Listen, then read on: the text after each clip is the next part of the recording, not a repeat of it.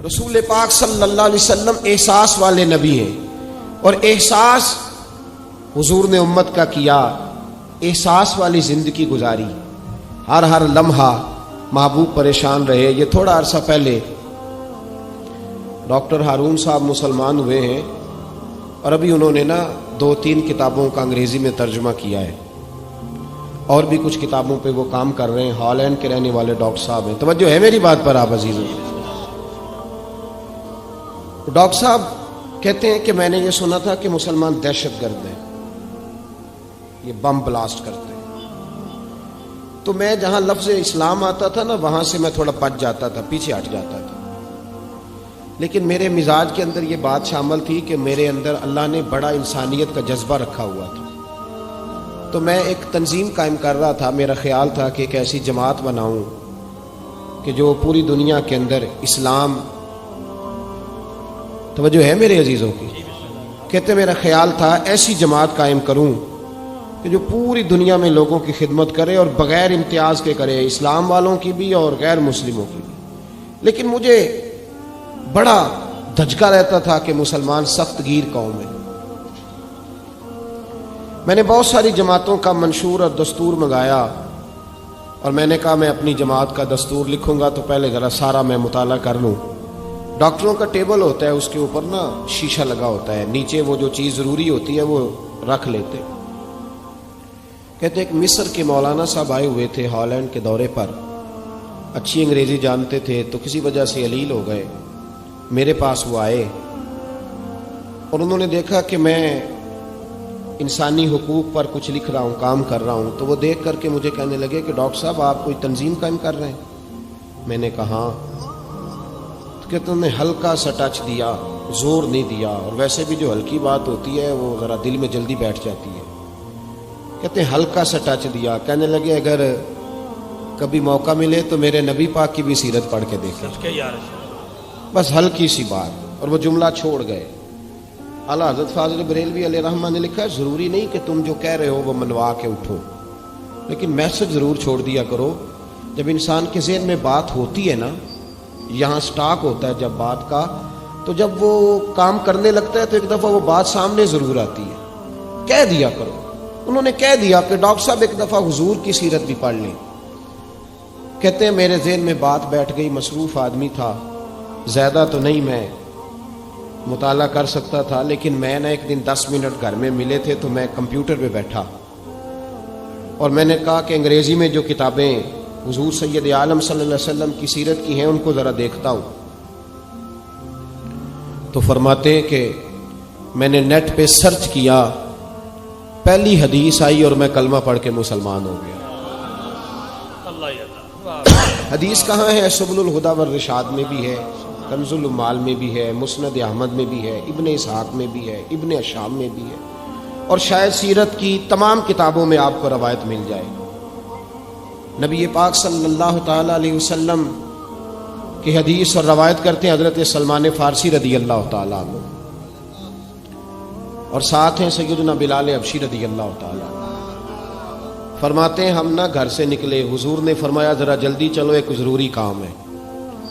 فرماتے ہیں بڑی تیزی کے ساتھ آج روٹین سے ہٹ کر محبوب نے تیز تیز قدم مبارک اٹھائے، تیز تیز، اور فرماتے ہیں ایک گلی ہم نے کراس کی، دوسری گلی میں جو پہنچے تو پھٹے پرانے کپڑے، سادی سی بی بی، اور حالت بتاتی تھی کہ بیچاری کسی غریب گھر کی ہے۔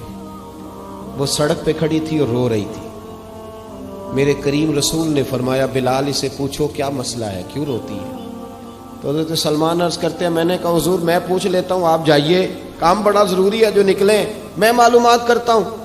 تو محبوب نے فرمایا نہیں، اس کے آنسو پوچھنے سے ضروری کوئی کام بھی نہیں، پہلے اس کی داد رسی ہوگی، اسے پہلے پوچھا جائے گا۔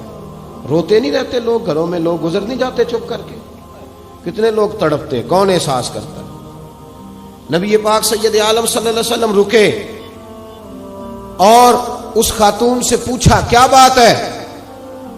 اس نے کہا کہ بات کوئی بھی نہیں، میرا ایک ہی موٹا سا مسئلہ ہے۔ کہا وہ کیا؟ کہنے لگی میں غریب ہوں، اور غریبی بذات خود بہت بڑا گناہ ہوتی ہے، لوگ بڑا جرم سمجھتے ہیں اس کو، بذات خود میں نے شروع میں کہا نا کہ مذہبی سٹیج کی بھی صدارت غریب آدمی نہیں کر سکتا، کیونکہ غریب جو ہوا جد کول دتھی ہونی انہیں نیڑے بہنا ہے نا جی، جد کول نہیں انہیں تو پیچھے جا کے بہنا اینڈ تے کول کیڑا دتھی ہے۔ اس سٹیج پہ بھی غریب آدمی کی صدارت نہیں ممکن ہو ہی نہیں سکتا۔ میرے رسول پاک سید عالم صلی اللہ تعالی علیہ وآلہ وسلم نے فرمایا پہلے اسے پوچھو کیا مسئلہ ہے۔ تو کہنے لگی میں غریب ہوں، بوڑھی ہو گئی ہوں، ساری زندگی غلامی میں گزاری ہے، تیل لینے آئی تھی 5 دینار کا، بوتل میں تیل بھروایا ہے، اور اب بوڑھی ہوں نا تو کمر درد کرتی ہے، پیر پیچھے موڑا ہے تو میں گری ہوں، تیل زمین پی گئی ہے، اب زمین تو واپس نہیں کرتی، لیکن واپس جاؤں گی تو ایک یہودی عورت کی ملازمہ ہوں، وہ درے سے مارے گی، کھال ادھیڑ دے گی، میں بڑی پریشان ہوں، اب نہیں مار کھائی جاتی، ہڈیاں بوڑھی ہیں، قربان جاؤں۔ حضرت بلال کو حضور نے حکم دیا، فرمایا دوڑ کے گھر جا 5 دینار لا۔ فرماتے ہیں 5 دینار لائے، تیل خرید کے دیا، وہ پھر رونے لگی۔ فرمایا آپ کیوں روتی ہے؟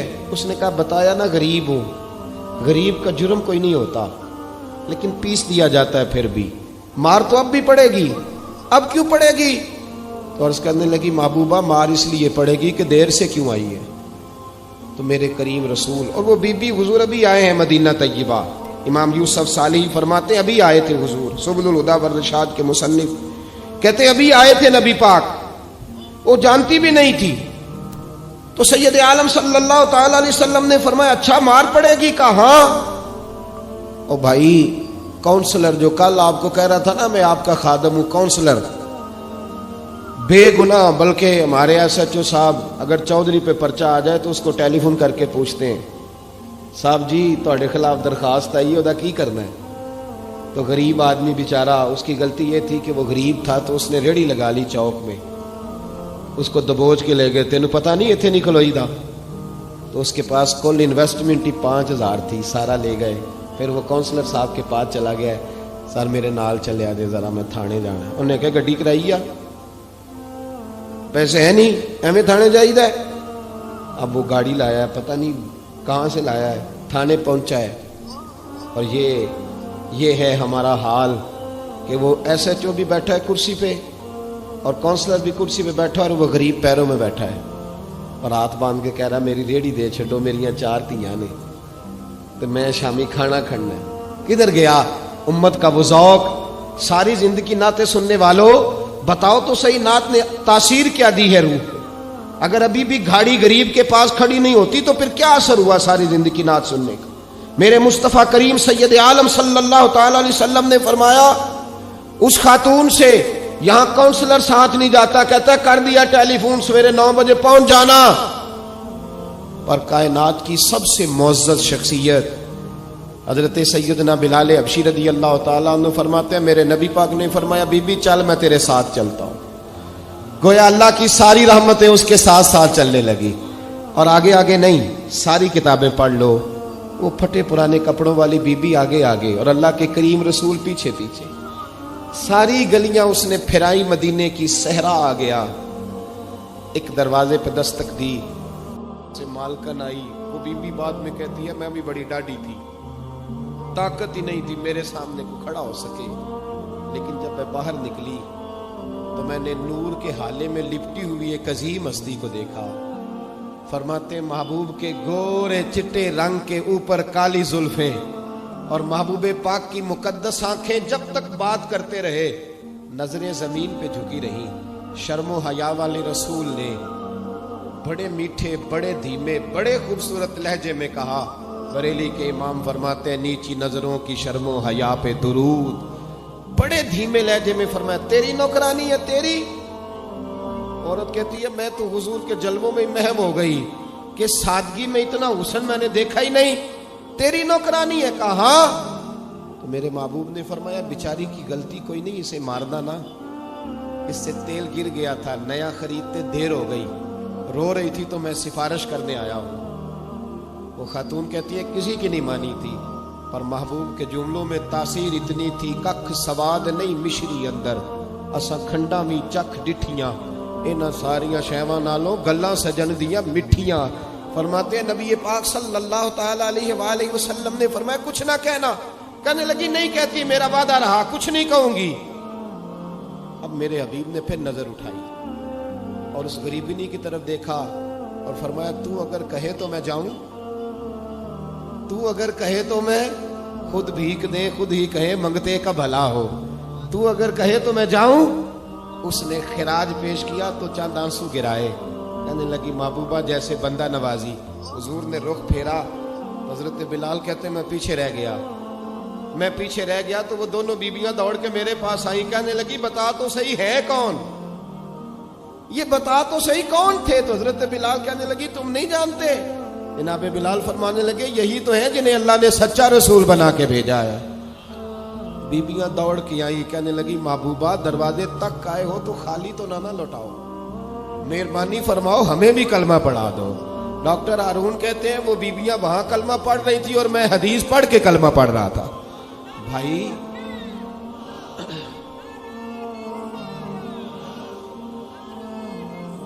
اگر دولت احساس ہے نا پھر تو زندہ ہے.